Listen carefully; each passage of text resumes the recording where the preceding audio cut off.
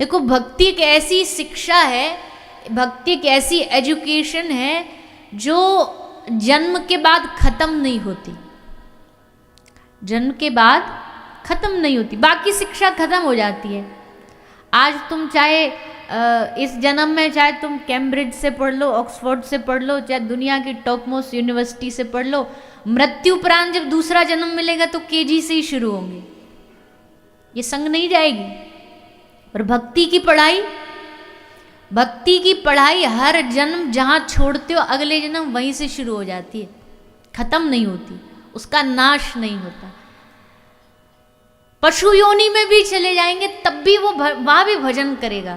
कई बार ऐसे उदाहरण हमने भक्तों के चरित्र में पढ़े, बोले कथा हो रही है, कथा में भी हमने कभी कभी देखा है कि कथा हो रही है, कोई एक जीव होता है, जैसे कोई कुत्ता हो गया, कोई पक्षी हो गया, बोले वो पूरी कथा में 7 दिन बैठ के कथा सुनता है। कई संतों की कथा में सुनता, बोले बाबा जी भगा देते डंडा मार के, फिर वहीं आ जाता है, दुम हिलाता हिलाता, फिर उनकी कुटिया में बैठा रहता है। कई ऐसी कथाएं जिनमें पशु योनि में भी भजन होता। क्यों? क्योंकि उनका पूर्व का कोई प्रारब्ध रह गया, इस जन्म में भगवान ने उनको मौका दिया, उनको स्मरण रहता है कि हमें ये जन्म खराब नहीं करना, हमें भजन करना। हम अयोध्या जी गए थे जब मंदिर नहीं बना था, उससे पहले की बात है, तो वहाँ पर कोई भैया ने हमको बताया कि जहाँ रामलला का छोटा सा टेंट था वहाँ सामने दर्शन भी कराए, गैया रहती थी, गाय रहती थी। अब गाय तो वैसे भी बहुत बहुत भक्ति के वातावरण से ही जुड़ी रहती है, मन क्रम वचन से, पर विशेषता उन गौ माता की उन्होंने क्या बताई, ये गौ माता ऐसी है, पता नहीं इनको कौन रिमाइंडर डाल देता है, एकादशी आती है उस दिन ये चारा नहीं खाती। एकादशी के दिन आप इनको कितना भी खिलाने की कोशिश करो, चारा नहीं खाएंगी, द्वादशी को खा लेंगी, एकादशी को चारा नहीं खाती। तो ऐसे बहुत बार होता है कि पशु जीव प्राणी कोई पिछला अपराध बन गया, पशु बन गए, पर इस जन्म में फिर भगवान उनकी भक्ति पूरी करते। उनमें एक गाय का उदाहरण हमने इसलिए दिया क्योंकि गाय तो वैसे भी ठाकुर जी से जुड़ी है, ठाकुर जी की वंशी सुनती है तो आनंद में खूब झूमने लगती है, नाचने लगती है। संगीत का भी बड़ा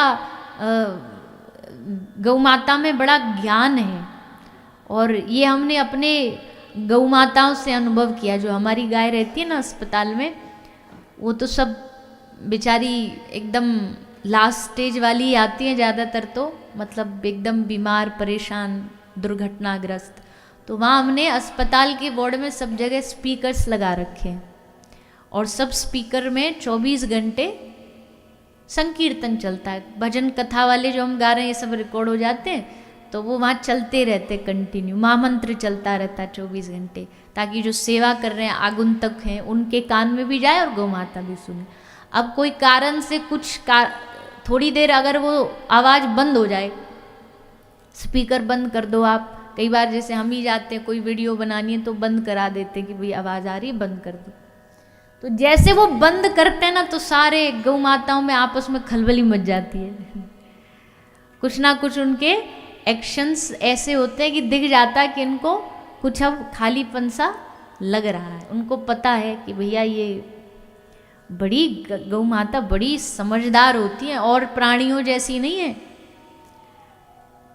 प्राणी सभी भगवान के ही हैं, हम कोई मना नहीं कर रहे, पर एक इंटेलिजेंस की अगर बात करें ना तो गाय माता जैसा इंटेलिजेंस किसी में हो नहीं सकता।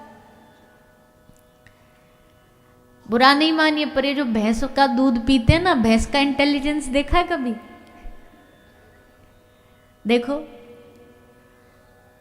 उस देवी को आप ले जाओ स्नान करने को, एक भैंस जो होती है ना, जो घर में कभी किन्हीं ने पाली हो तो वो उनको अनुभव होगा, भैंस में आलस्य बहुत होता है। वो जहाँ मलमूत्र त्यागेगी वहीं उसी पे बैठ लेगी, वहीं कीचड़ में रहेगी। और गाय में आलस्य और पवित्रता तो इतनी है कि जहाँ मलमूत्र त्यागेगी वहाँ बैठ नहीं सकती, उस स्थान परिवर्तित करके दूसरी जगह बैठेगी। रोग है तो अलग बात है, अब हमारे अस्पताल में ऐसी कई गायें वो खड़ी नहीं हो सकती, जीवन भर, तो वो अलग बात है। भोजन की अगर देख लो, भोजन को आप गाय को रोटी दे दो, पहले दिन एक दिन रोटी दे दो, कई लोग नहीं कहते बोले रोटी मत दो हिल जाएगी, मतलब टाइम पे एकदम टाइम टेबल याद रख के सीधा वहीं पहुंच जाएगी। भैंस को दो आप रोटी, रोटी नहीं लड्डू दो बादाम के, तो भी नहीं आएगी, दूसरे दिन तो भी ना पहुंचेगी। गाय के चरवाहों को भी पता, आप इनको छोड़ दो तो लौट के आ जाएगी शाम को। हम कई ऐसी जगह, अभी पिछले जैसलमेर गए थे राजस्थान, बड़ी सारी गाय सड़कों पे घूमती, मतलब बड़ी सारी, मतलब झुंड के झुंड, ऐसे लगता कोई गौशाला वालों ने दरवाजा खोल दिया और ये सब निकल गई। 50-50 गाय एक जगह बैठी रहती। तो हमने पूछा भैया ये किसकी है? बोले ग्वारियाओं की है। ग्वारिया तो कोई दिख नहीं रहा। बोले सुबह दूध निकाल के इनको छोड़ देते हैं और फिर ये घूमती हैं और शाम को जैसे दूध देने का समय आता फिर वहीं पहुंच जाती हैं ग्वारिया के। इतनी सीधी। और खैर ये गौ माता का सीधापन ही उनको हानिकारक भी हो गया वैसे तो, क्योंकि बहुत ज़्यादा देना सीधापन भी फिर कई लोग उसका बड़ा फायदा उठाते। उनको पता है कि हाँ ये तो देने यहीं आ जाएगी वापस, उसका गलत फायदा उठा रहे हैं। पर गाय में बड़ी बुद्धिमता होती है। हमारे अस्पताल में जो स्टाफ है उस सब के अलग अलग ड्रेस है। जैसे कंपाउंडर हैं जिनको वेटरनरी की भाषा में VLDA बोलते हैं, उनकी हरी रंग की कपड़ा है, वो हरा रंग का ड्रेस है। जो गाय को चारा खिलाते हैं, दूध निकालते हैं, वो ऑरेंज कलर की उनकी ड्रेस है। ऑफिस वाले सफ़ेद पहनते हैं, एम्बुलेंस वाले नीला पहनते हैं। तो गाय की बुद्धिमत्ता बता रहे हैं आपको कितनी समझदार होती है। वो जैसे हरे कपड़ा वाला देखता है ना गाय की बछड़ा बछिया, तो तुरंत भागती है, क्योंकि पता हरा कपड़ा मतलब इंजेक्शन। जैसे बच्चे नहीं भाग जाते कि डॉक्टर का नाम ही और मुंह देखते ही डॉक्टर अंकल का एकदम भागते, तो उनको पता है हरा कपड़ा वाला मतलब अब इंजेक्शन ठोकेगा, इसलिए भागती है छोटी छोटी बच्चियाँ। और कोई ऑरेंज कपड़े वाला होगा तो पता है ये गुड़ खिलाएगा, तो उसके पास चली जाएंगी। देख के पहचान में आ जाता है उनको कि कौन यहाँ खिलाने आ रहा है, कौन हमें मारने आ रहा है। सब गाय को पता होता, समझ होती है भैया। तो इसलिए हम बार बार कहते हैं कि अगर ऐसी बुद्धि अपने बच्चों में भी चाहते हो तो घर में किसका दूध पीना है? किसका पीते हो अभी? पक्का? कौन कौन गाय का दूध नहीं पीता? हाँ, थैली वाले तो भैया वो है ना, इधर का रहा ना उधर का रहा। इनको तो बेचारों को पता ही नहीं कि इसमें भैंस का है, गाय का है कि ऊंट का है कि देखो आगरा जो है ना, आगरा बड़ा शहर है, अच्छा शहर है, पर ऐसा शहर है कि यहाँ सब कुछ आपको आसानी से मिल जाएगा। गाय का दूध भी मिल जाएगा। अब हम जहाँ रह रहे हैं ना वो पूरी सोसाइटी है, मतलब बड़ी अच्छा, कई मंजिलों, हम भी 14वीं मंजिल पे टिके हुए हैं, ऊपर से पूरा आगरा दर्शन हो जाए ऐसा। तो हम क्या बोलते हैं? हम ये बोलते हैं कि देखो भैया इतनी बड़ी बड़ी शहरों में सोसाइटी है, एक बिल्डिंग में पूरा गांव बसा होता है, और आप बम्बई, दिल्ली, बेंगलोर ऐसी जगह चले जाओ तो क्या ही कहें, इतने बड़े बड़े। अब अगर एक सोसाइटी के लोग भी मिल करके अगर ये मांग उठा लेना, मान लो एक फ्लोर पे गया वो दूध देने वाला, उसने पूछा भैया गाय का दूध है? वो कहेगा ना जी हम गाय नहीं रखते, हम तो भैंस रखते हैं। 2 फ्लोर छोड़ करके अगले फ्लैट में फिर वो पूछे भैया हम तो गाय का दूध लेंगे। वो चौथे जगह जाए वो भी कहे भैया हम तो गाय का दूध लें। अब जो वो दूध देने वाला आता है ना, वो अगर उसके घर में गाय नहीं भी होगी पर वो डिमांड देख करके गाय लेकर के आएगा अपने घर, उसको तो बेचना है। और डिमांड कौन उठाएगा, कौन करेगा? आप लोग करोगे। जब तक गाय के दूध की आप डिमांड नहीं करोगे, मांग नहीं करोगे, तब तक वो घर में गाय नहीं रखेगा। वो गाय को घर से निकाल ले, क्यों भैया ये तो लेते नहीं गाय का दूध, ये तो पूछते भी नहीं किसका दूध किसका घी। बदलाव आ रहा है। महाराष्ट्र में एक सोसाइटी बनाई है, किसी अच्छे बिल्डिंग बनाने वालों ने, उन्होंने सोसाइटी का रूल रखा है। गैरेज देते हैं सोसाइटी, अच्छे जो बंगलो होते हैं, एक गाड़ी खड़ी करने की जगह देते हैं, पर उन्होंने सोसाइटी का नियम ही ये बनाया है, इस सोसाइटी में घर ही जब मिलेगा जब घर के पीछे उन्होंने गाय की जगह बनाई है कि यहाँ पे गाय एक एक घर में सबको लेनी पड़ेगी तभी घर मिलेगा आपको, वहाँ गाय रखते हैं। अब तो अगर सामर्थ्य आपकी, देखो घर में हम ड्राइवर रखते हैं, घर में हम भोजन बनाने वाला, सफाई वाला, सब मदद रखते, हेल्प रखते, तो एक गाय भी रखो, सामर्थ्य है, उस गाय की सेवा के लिए एक व्यक्ति नियुक्त कर दो, भैया तू सेवा कर, हम शुद्ध घर में दूध का उपयोग करें। अब ये सब आप ही के लिए, आप ही के लाभ, आपके बच्चों के लिए, क्योंकि आजकल के बच्चों को देखो एक्सप्लोर करने का दिमाग को बहुत कम समय मिलता है। एक्सप्लोर हो रहा है वह एक ही जगह हो रहा है, इतने से डब्बे में वही हो रहा है, खान पान नहीं है, शरीर का कोई मेहनत नहीं है। आजकल के बच्चे कहाँ, बताओ कौन सा वो गिल्ली डंडा और कौन सा वो खेल खेल रहे हैं बाहर जाके। गिल्ली डंडा भी खेलेंगे तो मोबाइल एप्लीकेशन में खेलेंगे, क्रिकेट भी खेलेंगे तो उसी में खेलेंगे, शरीर का कुछ मेहनत रही नहीं। ऐसे में बच्चों के शरीर का ध्यान रखना ये तभी होगा जब खान पान अच्छा होगा। खान पान में गाय, पंचगव्य, गाय से जुड़ी चीज़ों का उपयोग करो, ऐसा हमारा आप सबसे प्रार्थना है, निवेदन है। मानो न मानो, खुशी आपकी, जितना मानो हमारे लिए तो उतना बेहतर है। एक भी मान लेगा हमारे लिए तो उसमें भी हमें लगेगा हमारा इतने घंटे भर का प्रवचन सफल हो गया। तो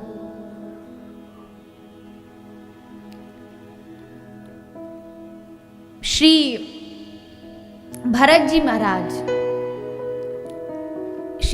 महाराज ने कृपा करके अपने जीवन को भगवान की भक्ति में लगाया, भगवान को प्राप्त किया, राजा रघुगण पर कृपा करी। आगे श्री सुखदेव जी महाराज नरकों का वर्णन सुनाते हैं, 28 प्रकार के नरक, रौरव नरक, तामिश्र नरक, अंधतामिश्र नरक, कुंभीपाक नरक, सब पापों की सजा भगवान ने नियुक्त करी है।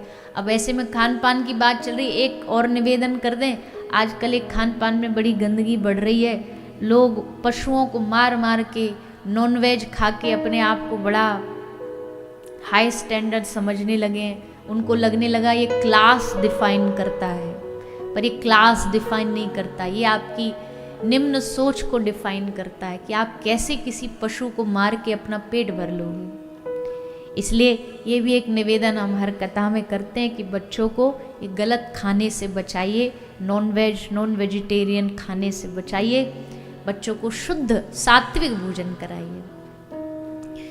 तो नरकों का विधान बताया। आगे 5वें स्कंद में भगवान के एक भक्त की कथा आती है, एक ब्राह्मण की कथा आती है। कौन ब्राह्मण? कान्य कुब्जे द्विज कश्चित दासी पतिर अजामिलः नामना नष्ट सदाचारो दास्य संसर्ग दूषितः। ले अजामिल नाम के एक ब्राह्मण थे।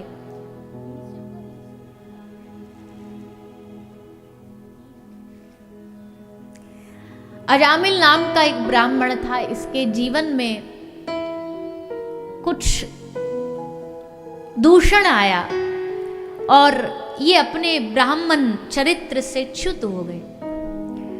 ब्राह्मण नशा नहीं कर सकता, वैसे तो कोई भी नहीं कर सकते, ना करना चाहिए, पर एक विशेष कोई ब्राह्मण नशा करे तो भैया पूरे धर्म जाति समाज पे लोग उंगली उठा देते हैं कि भाई देखो इतना गलत काम कर रहा है, अपनी पवित्रता नहीं त्याग सकते। भगवान ने सब धर्मों का अलग अलग कर्तव्य बनाया है। ये अजामिल अपने धर्म से च्युत हो गया, मदिरा पीने लगा, मांस खाने लगा, पर स्त्री गमन करने लगा, चोरी डकैती करने लगा। लेकिन फिर एक दिन जीवन में परिवर्तन आया। जब आदमी बहुत ज्यादा पाप में डूबा होता है ना, तो भगवान को भी लगता अब इसको थोड़ा सा तो रास्ता दिखा। और रास्ता कौन दिखाता है? किसके माध्यम से रास्ता मिलता है? हाँ, गुरु, साधु, संत, किसी भक्त वैष्णव, संत की कृपा से ही रास्ता मिलता है। संत टॉर्च लेकर के आगे आगे ज्ञान का दीपक जलाते जलाते रास्ता दिखाते हैं कि भैया तू गलत रास्ते पे भटक गया, आजा वापस लौटा। तब उस रास्ते पर भक्त चलता है। तो इसके जीवन में भी कुछ संत आए, संतों ने आकर के इस पर कृपा करी। और कृपा क्या करी, बोले बड़ी चीज नहीं बताई, छोटी सी बात कही कि तुम अपने बेटे का नाम, बालक का नाम चिंटू रख लेना। ऐसे ही बोला था ना? नहीं, ऐसे नहीं बोला था। पक्का? क्या बोला था? और आप क्या रखते हो फिर बच्चों का नाम?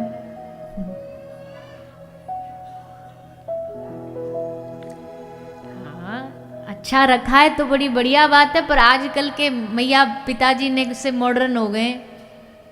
वो शब्द जो भी होता है नाम, उसका हाफ करके, आधा करके, और आधे में भी आधा, आधे में भी आधा करके नाम रखते हैं। तो इसलिए फिर थोड़ा उससे बचना चाहिए कि नहीं भैया, भगवान के नाम पे रखो अच्छे नाम। अब इसमें लोग बोलेंगे, बोले नहीं भगवान के नाम तो पुराने होते, पुराने नहीं है। विष्णु सहस्त्र नाम पढ़ो, गोपाल सहस्त्र नाम पढ़ो, राधा रानी कितने नाम है कभी सुने आपने? कितने प्यारे प्यारे नाम है। वो अपनी लाली के नाम रखो, अपने लाला के नाम, अपने पुत्र के नाम ठाकुर जी के नाम पे रखो। वो बहुत सुंदर सुंदर नाम है भगवान के, उनके नाम पे रखो ताकि आपकी जिह्वा से भगवान का नाम निकले। आड़े टेढ़े नाम मत रखा करो, पहले उनका अर्थ जान लिया करो। अब बीच में चला था चिंटू, पिंटू, पिंकी, मिंकी। अब कोई इस नाम का बैठा बुरा नहीं मानना, कहीं आओ ही निकल कथा में, आगे ही बैठी है, कोई बात नहीं।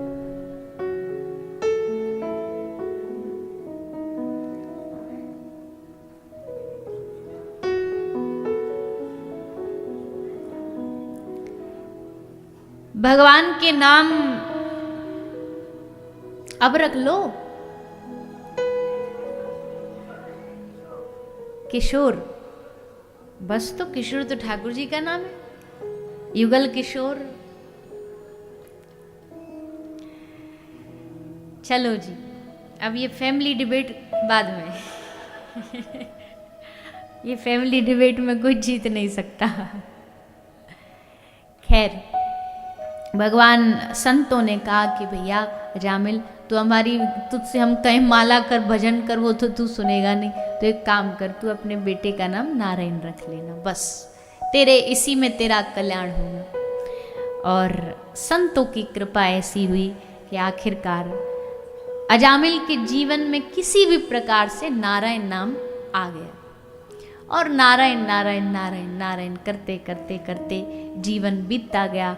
और जब उसका अंत समय आया, तब भी पुकारते हुए, भगवान नाम लेते हुए पुत्र का, पर नाम पुकारते हुए दोनों हाथ उठा के कहा, हे नारायण मेरी रक्षा करो, हे नारायण मुझे बचा लो। क्योंकि यमदूत प्राण खींच रहे थे। प्राण खींचने तो कष्ट में आदमी अपने प्रिय को बुलाता है, जैसे नारायण नाम लिया,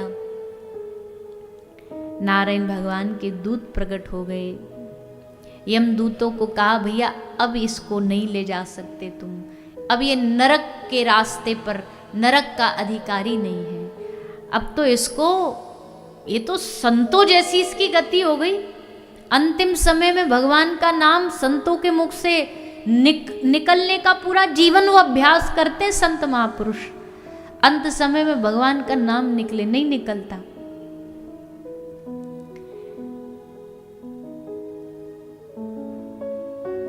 अंत समय तक भी वही मन में संसार परिवार का यही चलता रहता, हम चले जाएंगे क्या होगा, कैसे हो। एक बाबा जी जा रहे थे, मतलब विदा हो रहे थे दुनिया से, बेड पर पड़े थे, पूरा परिवार इकट्ठा हो गया, सब लोग आसपास खड़े हुए, बाबा जी कुछ बोलना चाह रहे हैं। तो बाल बच्चों ने सोचा लगता गढ़ा हुआ धन बताना चाह रहे हैं। सबरे डॉक्टर इकट्ठे कर लिए, बोले बाप 1 सेकंड बस इनकी आवाज़ आ जाए, ऐसा कुछ कर दो, कुछ ऐसा व्यवस्था बना दो जो बस चलते चलते बता जाएं।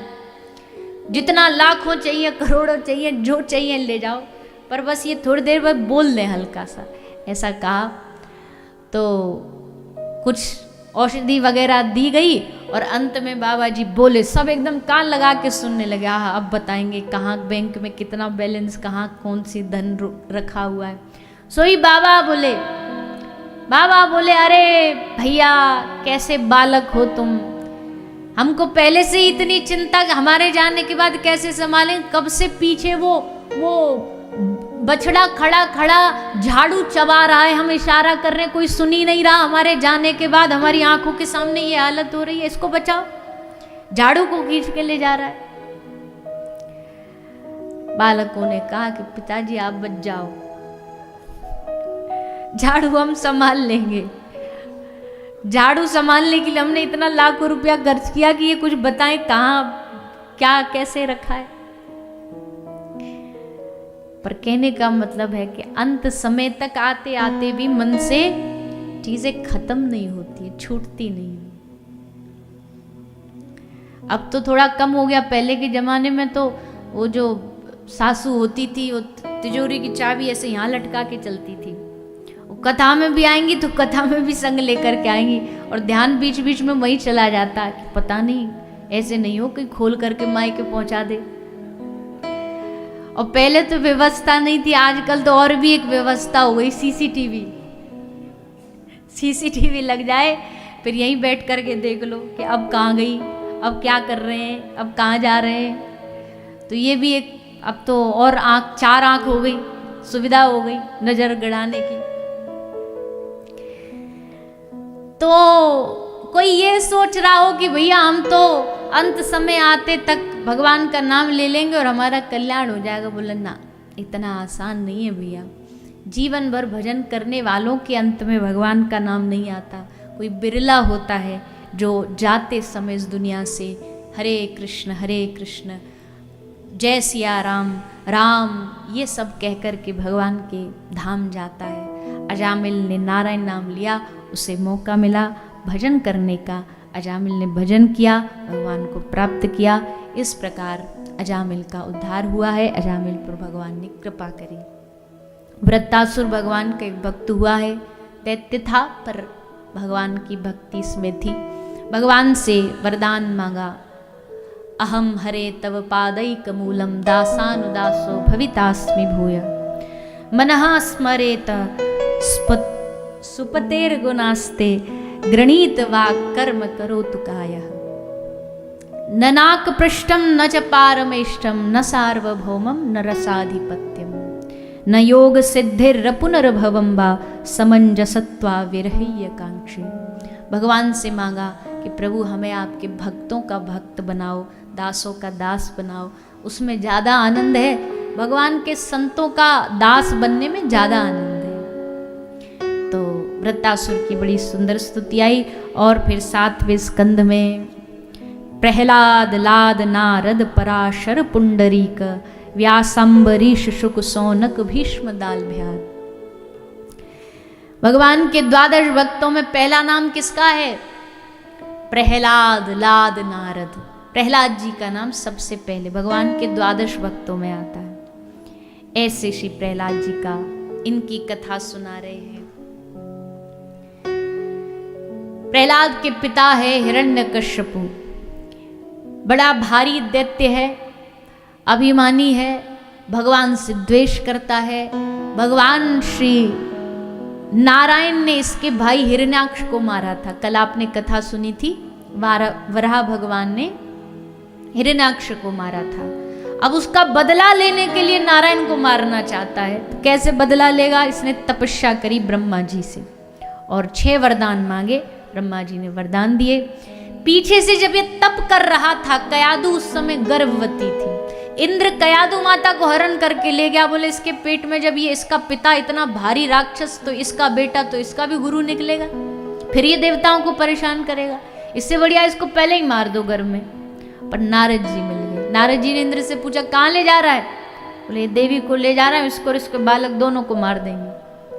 नारद जी ने कहा, अरे बाबरे, इसके पेट में, इसके गर्भ में कोई पापी, कोई दैत्य नहीं, भगवान का परम परम भक्त पल रहा है, छोड़ दे इसे। और नारद जी कयादु माता को अपने आश्रम ले आए। दिनचर्या में दिन रात भजन सत्संग कीर्तन, प्रहलाद जी घर में बैठे बैठे ही सुन रहे हैं, सब पढ़ रहे हैं, सब सीख रहे हैं। इसलिए जन्म से ही भक्ति का बीज बो दिया। और जब जन्म हुआ, हिरण्यकशिपु बड़ा खुश हुआ। हमारे घर में 10 पुत्र थे, सबसे छोटे प्रहलाद जी थे। बड़ा लाडला, बड़ा पुत्र था।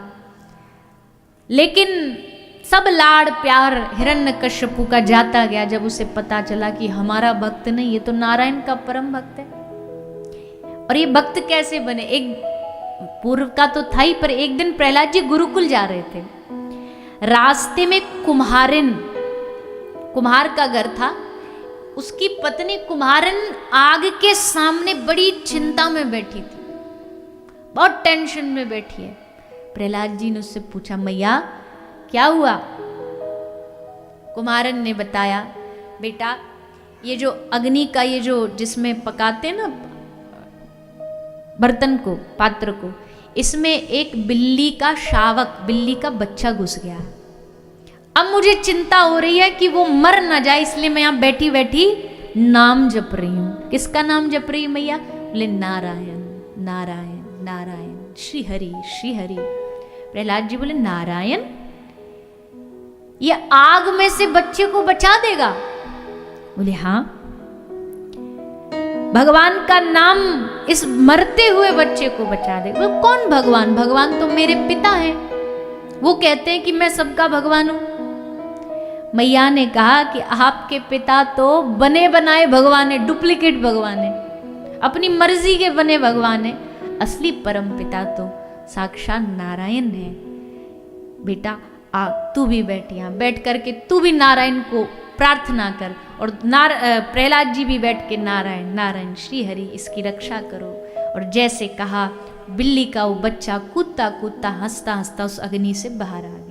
बस वो दिन था कि प्रहलाद जी के मन में बैठ गया, जब नारायण बचाने पर आए तो कोई दुनिया में मार नहीं सकता, कोई नहीं मार सकता। इसलिए जब जब हिरण्यकशिपु ने मारने की कोशिश करी, प्रहलाद जी के मन में यही आता, मेरे नारायण बचाएंगे, वही बचा। वो बात मन में बैठ गई।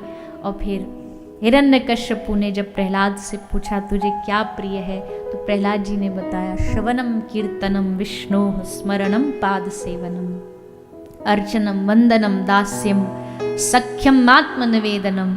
9 प्रकार की भक्ति का वर्णन प्रहलाद जी ने किया। नवदा भक्ति भागवत जी में भी है, नवदा भक्ति रामचरितमानस में भी है। वहाँ शबरी माता को उपदेश दिया और यहाँ प्रहलाद जी ने दिया है। प्रहलाद जी ने नवदा भक्ति का वर्णन किया। हिरण्यकशिपु सहन नहीं कर पाया और प्रहलाद जी को मारने के उपक्रम शुरू हो गए। पर प्रहलाद जी जब जब मारा जाता, प्रहलाद जी भगवान को पुकारते, भगवान बार बार इनकी रक्षा करते। अंत में जाकर के प्रहलाद जी को मारने के लिए हिरण्यकशिपु ने खंबा फाड़ा, खंबे पर गदा का प्रहार किया और जैसे गदा मारा, खंबा फटा और खंबे से श्री नरसिंह भगवान का प्रादुर्भाव हो गया। बोलिए नरसिंह भगवान की जय। श्री नरसिंह भगवान पधारे और प्रहलाद को गोदी में लिया।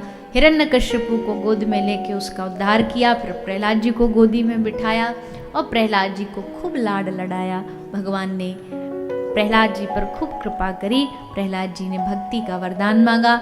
इस प्रकार भक्त प्रहलाद की सुंदर कथा शुभदेव जी ने श्रवण कराई। पत्थर फाड़ करके या पत्थर चीर के पत्थर बदल गया, ये सतयुग की घटना है। पर ऐसी घटना ठाकुर जी कलयुग में भी करते हैं। कलयुग में भी ऐसी ठाकुर जी घटना करते हैं। वृंदावन आप सब गए होंगे, सभी लगभग यहाँ से तो दूर नहीं है।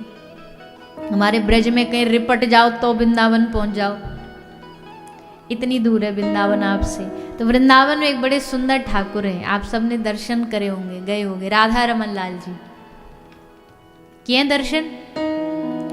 ये पत्थर शालिग्राम से प्रकट हुए। शालिग्राम भगवान ही गोपाल भट्ट गोस्वामी के भाव को सुनकर के राधा रमन लाल जी बन गए। भक्तमाल जी में जो गोपाल भट्ट गोस्वामी कथा उसमें लिखा है कि अब शालिग्राम भगवान तो गोल गोल होते हैं काले काले से, अब उस पे ये चंदन लगा देते, पीला पीला चंदन। तो कैसे लगते राधा रमन लाल जी? तो लिखा है बोले झुलाते थे गोपाल भट्ट गोस्वामी, और क्या बोलते थे? झूलो झूलो मेरे गंडगी नंदन, जैसे कढ़ी पकोड़ो फोर्यो ऐसे लिपटो चंदन। जैसे कोई कढ़ी में पकोड़ो डाल दे तो ऐसे ही शालिग्राम भगवान लगते। हाथ ना पाँव नैन नहीं नासा, ध्यान ही होत आनंदन। नाक नहीं, हाथ नहीं, पाँव नहीं, ब्रज के और सबरे ठाकुरों के हाथ पाँव थे, इनके नहीं थे। तो गोपाल भट्ट गोस्वामी बोले प्रभु आपका स्वरूप चाहिए हमें, ताकि हम आपका दर्शन, अभी भी आनंद पर और आनंद आएगा। और जैसे ही गोपाल भट्ट गोस्वामी जी यमुना स्नान करके गए, वापस आए तो देखा सिंहासन पर शालिग्राम की जगह राधा रमन लाल जी बैठे हैं। राधा रमन लाल विराजमान है। ब्रज के सबसे पक्के ब्रजवासी ठाकुर हैं राधा रमन लाल, पक्के ब्रजवासी, पक्के लाडल, छोटे बाल स्वरूप में उनको बालक माना जाता है। वो ब्रज के बालक हैं, लाला हैं छोटे से।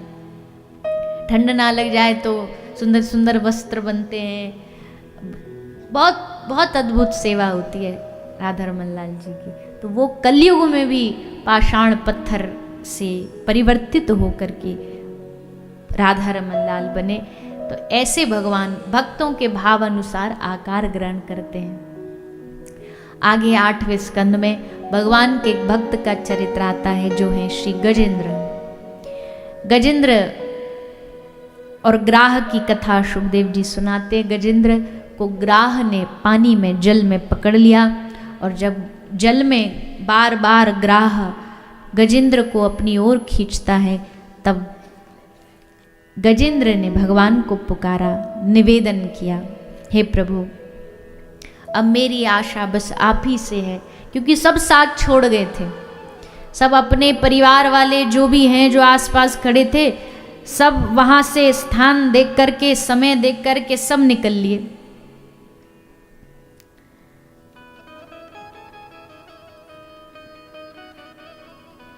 किसी शायर ने कहा है कि गम ये नहीं कि जो मिले वो पत्थर के लोग थे। वाह वाह, भूल जाते हो आप। गम ये नहीं कि जो मिले वो पत्थर के लोग थे, पर अफसोस उसमें चंद मेरे घर के लोग थे।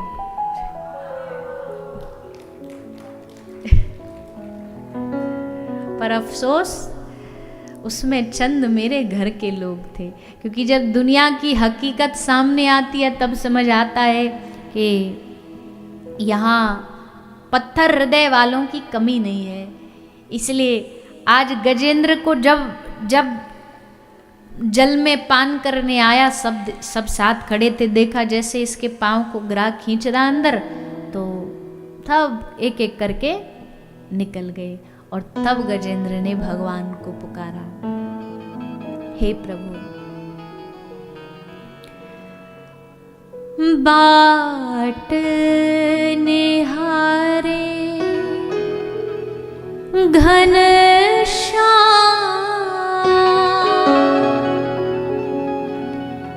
नैना नीर भरे। बाट निहारे घनश्याम नैना नीर भरे। आस